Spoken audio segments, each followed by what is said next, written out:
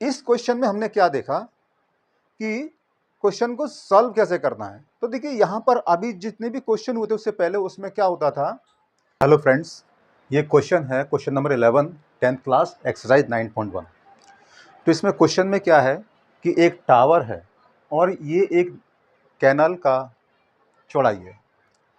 तो कैनल के दो किनारे होते हैं, एक किनारे पर टावर लगा हुआ है, एक किनारे पर कोई इसके टॉप को ऑब्जर्व कर रहा है। तो जब यहाँ से वो ऑब्जर्व करता है तो इसका एंगल 60 डिग्री बनता है और वो पीछे चला जाता है तो 20 मीटर, यहाँ से फिर इसका पॉइंट को देखता है तो उसका एंगल 30 डिग्री बनता है, यानी एंगल ऑफ एलिवेशन है दोनों।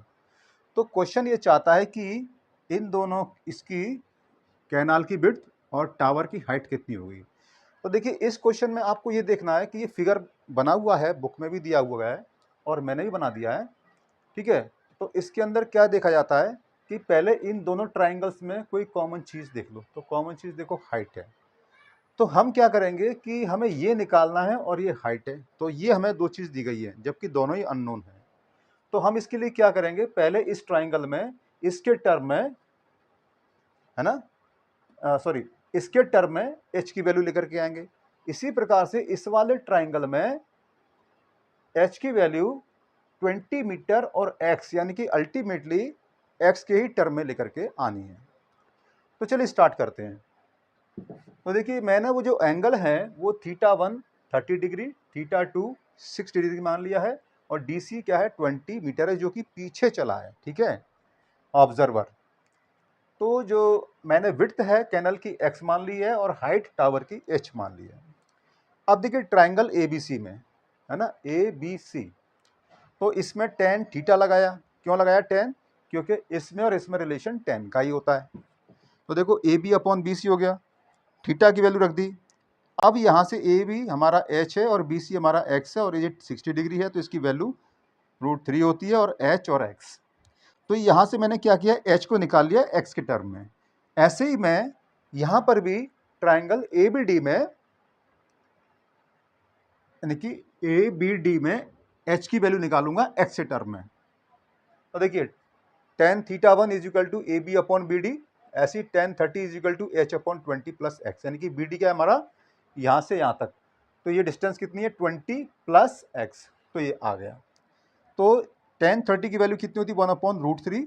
तो मैंने जब यहाँ से कैलकुलेशन किया तो क्या आया, मैंने h का निकाला, यानी कि h को निकाला x के टर्म में। देखो यहाँ पर ये नोन है, ये नोन है, ये अननोन है, तो h हो गया x के टर्म में, ठीक है। तो यहाँ पर h आ गया इसके टर्म में, तो ये इक्वेशन नंबर 2 नाम दे दिया और ये मैंने पहले ही 1 नाम दे दिया था।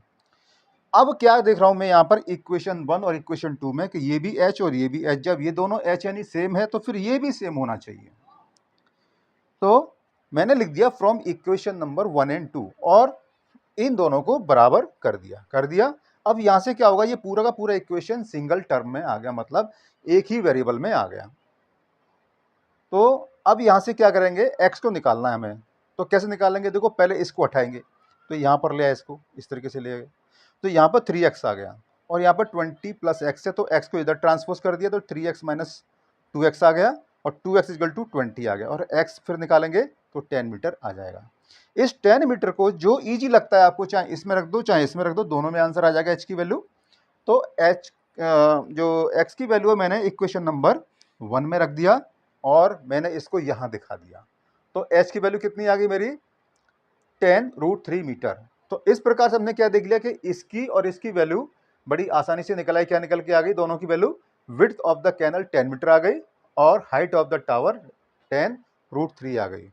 तो कि जैसे कि ट्राइंगल की 3 साइड में से कोई एक साइड की वैल्यू दी जाती थी तो हम क्या कर सकते थे, उसकी दूसरी वैल्यूज को निकाल लेते थे। लेकिन यहाँ पर देखो ट्राइंगल में दोनों ही वैल्यू एब्सेंट है, तो इस कंडीशन में क्या करेंगे कि अगर मान लो अगर यही ट्राइंगल दिया होता तो हम नहीं निकाल सकते थे, इसलिए से हमें एक एडिशनल इंफॉर्मेशन और चाहिए थी, तो वो हमें यहाँ से मिल गई और ये एंगल मिल गया, तो इससे हमारा काम आसान हो गया। तो इस तरीके से आइडियाज लगाए जाते हैं किसी भी क्वेश्चन को सॉल्व करने के लिए। सो फ्रेंड्स, आई होप कि आपको ये समझ में आया होगा। फिर मैं आपको अगले वीडियो में इसका नेक्स्ट क्वेश्चन नंबर 12 का सॉल्यूशन दिखाऊंगा। अगर आपको वीडियो अच्छा लगता है तो लाइक, सब्सक्राइब और शेयर करिए और वीडियो देखने धन्यवाद।